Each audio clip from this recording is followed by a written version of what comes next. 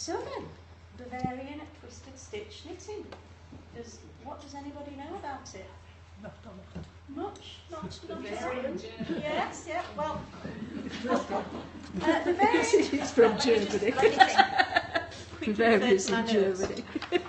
It actually originated in the Alpine region, and we're not certain whether its origins are in Bavaria actually, because there's quite a comprehensive collection of twisted stitch articles in Austria as well. So it's the Alpine region around the Alps, Austria and Germany, the south of Germany.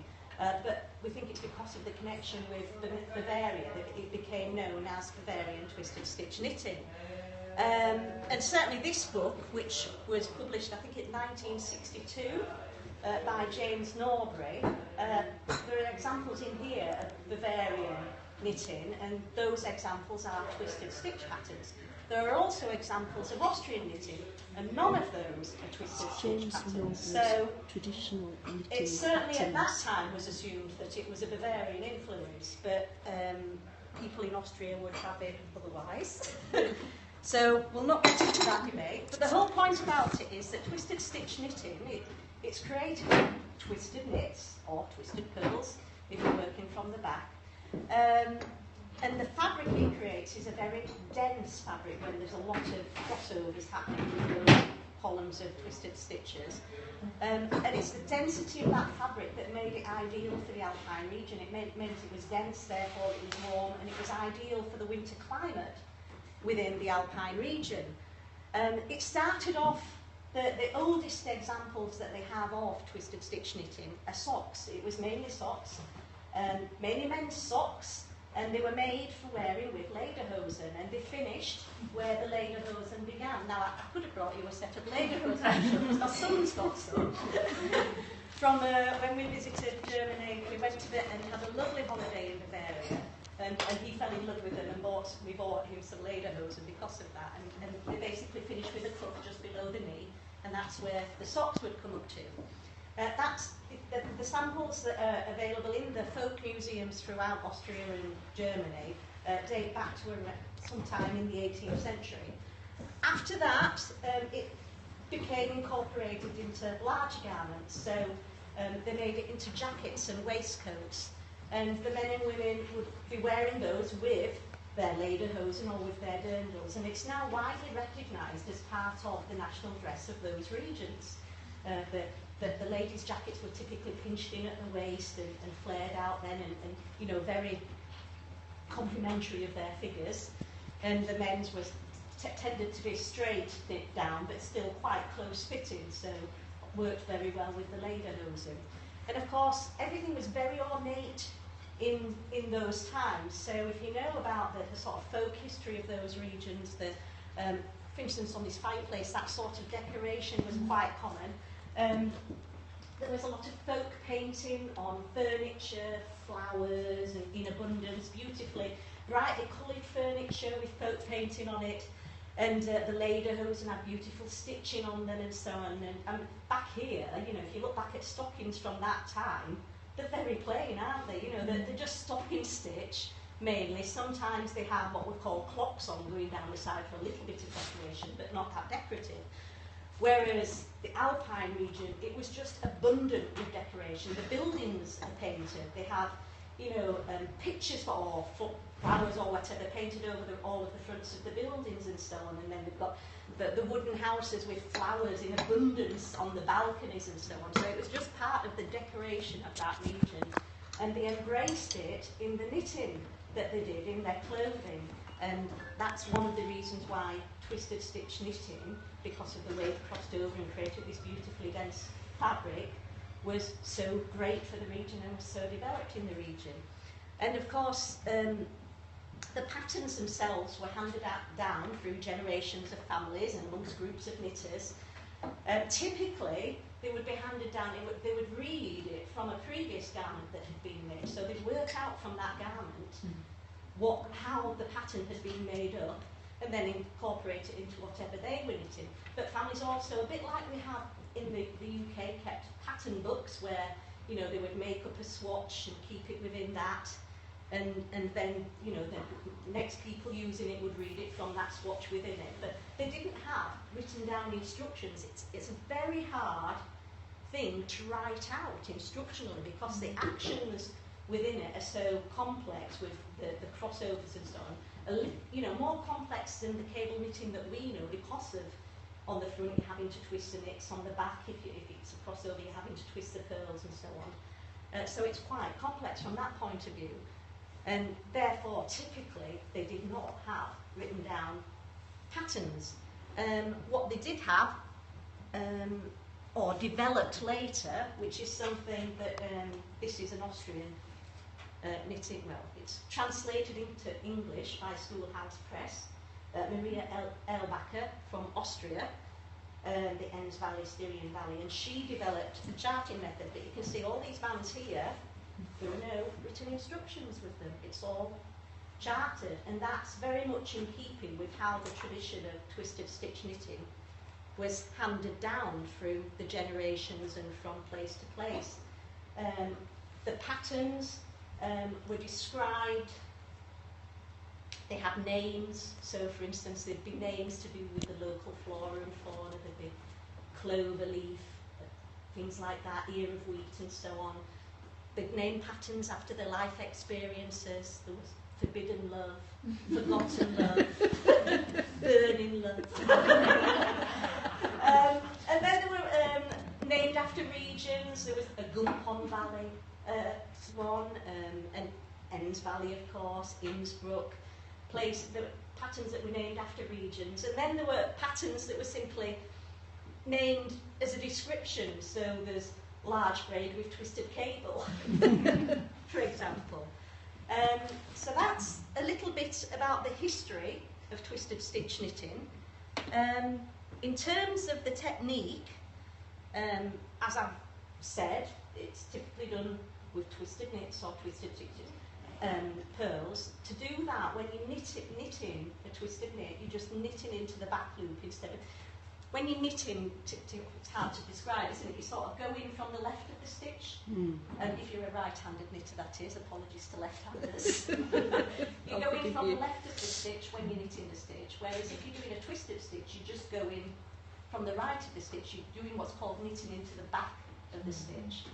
And when you're purling, from behind, you're going in to do a normal. When you're doing a normal purl, you're going in from the sort of right side, but when you're doing a twisted purl, you're going in from behind, from this side, from the side where you would normally be knitting the stitch from, but from the back instead. And that's how you twist it. You're knitting it or purling it into the back of the stitch rather than the front of the stitch where you normally work it. And those are then crossed over as you're going up. Now, I hate purling. And so I've actually done lots of twisted stitch knit projects myself, and I've only ever knit backwards and forwards in twisted stitch this past 2 weeks by knitting a swatch. Everything up until that point I've knitted in the round, and it means that you're just doing the twisted knits, which are far, far easier than twisted pearls. So that was why I recommended that you brought a circular needle with you tonight, so that if you wanted to have a go at, you could have a go at knitting in the round twisted stitches. But I have got instructions for a project going backwards and forwards, a very simple project. But let's have a look at the fabrics that are created. Firstly, these are quite a few years old now. These are some socks I knit for my daughter when she was at primary school. Sorry, she's currently in year 9 at high school. So these are actually a little small for her now. She's even bigger than I am, and her feet are much larger than mine as well, 2 sizes larger. So let me pass one that way and one that way. This is just a pattern that I got off Ravelry. In fact, it's not a pattern I got off Ravelry. It's my own pattern that I made up from a twisted stitch pattern that I liked, and I just worked out the stitch count and made some socks. So if you want to pass that round, that's an example of a simple twisted stitch pattern going up the length of the sock. She's got the Here's a more complex one, if you'd like to pass that along. And of course, as I said, these were knit in the round. You can see that the purple sock's got some columns where there are two. Typically, twisted stitch knitting is just a single column of twisted knits. The purple ones, there are patterns historically as well. They've got some columns where there are two stitches going together with the stitches and so on. So you'll see that in the purple ones. These snazzy, sparkly blue socks are made with the yarn that I won at the Guild Convention last July, beginning of July. That straddles the back of the sock there. That's the one I want to see. So if there was anyone that left the room without a raffle prize, and this was the yarn I got, and over That's to amazing, isn't it? to some socks, and the pattern that I've used on here is an adaptation of a pattern that Anne made for Ilkley Moor. You've seen that in all of red. Look at the back of the sock as well. She did in collaboration with got a slightly Bavarian different pattern on the back. so that's The sparkly one. a pattern made up from that. Oh, this is the socks that marries. All in the round these this is that same stitch pattern but in rows. Now. Later this year, I'm not sure exactly when, but sometime later this year. Can you have a look at the back of the heel there? Because I know down at the bottom of the leg she used this on the back of the heel. Was the crown pattern. That was the pattern going into the heel. That was the pattern that was going into the crown on the Ilkley Moor hat. And you can see that it stretches a lot. Thank you, ma'am. Okay. Not this one. Those we can use a little crown. This has just got a simple twisted stitch cable going up it, combined with feather and fabric. So that's just showing how you can combine the technique with other These were the gloves that are designed to go with the Ilkley Moor hat. So, Bartat. anything Was else being here? in Oh, Yorkshire this is and having all that Ilkley. Ilkley. Well, That goes with the Yorkshire mittens, yeah. was originally Celtic. Put the other Well, way not around. originally. During its history, it has been a Celtic area. Here's a woolly worm hat. This is the Ilkley Moor hat. Columns going up with a little bit of cabling. Right. Mary's knitted with some yarn I bought at the Christmas one year.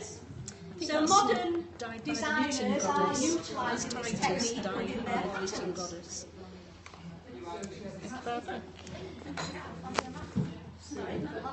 Lampion, yes, that headscarf. Yes. Hooded scarf, I think it's called, isn't it? Yes. So then, I have some handouts here that go through the history that I've just given you. And I'm just going to pass these round if you want to take one each. Pass those round as far as you'll go. Or can I pinch one for myself? Thank you. Teacher's nightmare handing on. Oh no, I've got spare there. There's 2 pages of handouts. So Can we just have a look at that? This book, I'm holding it. This is my Lorien hat design. This is an old design from about 5 years ago, 5 or 6 years ago. It's got a leaf lace for the brim, and then these Bavarian cables, very simple. I think it's called 00, this pattern, going in between the panels of lace.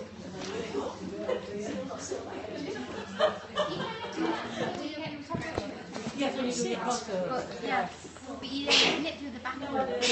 I think the workshop now is going to be everybody having a go at knitting some twisted stitch cables And using the okay. Mary's prepared with she's got 3 different patterns for beginners, intermediate and intrepid knitters. The second page. So I'm going to say goodbye and sit down and get my needles out and have a go at one of them. I think I'll probably have a go at the one that she's done for intrepid knitters. Oh, go on, So that I can show you that it can do backwards and forwards and so on sides. But you'll see it's not very neat because my Designed burn one for intention is people very that don't different to like my knit knitting. intention. So that's probably another reason why I prefer knitting in the round. but it's quite presentable. It's got an old code of mine within it. So it creates a pouch. This is that chart there. Now, can you, at a glance at that chart, see that that's got a pattern with columns of stitches going up and crossing over to create a pattern? And can you see that that would be much easier to understand than a set of written instructions, and to see what you're going to get from it than a set of written instructions? Basically, if you read across the bottom row, bottom line of that would be your first row I'll see you next of the time. pattern, Do a and you'll start by 52 twisted stitches.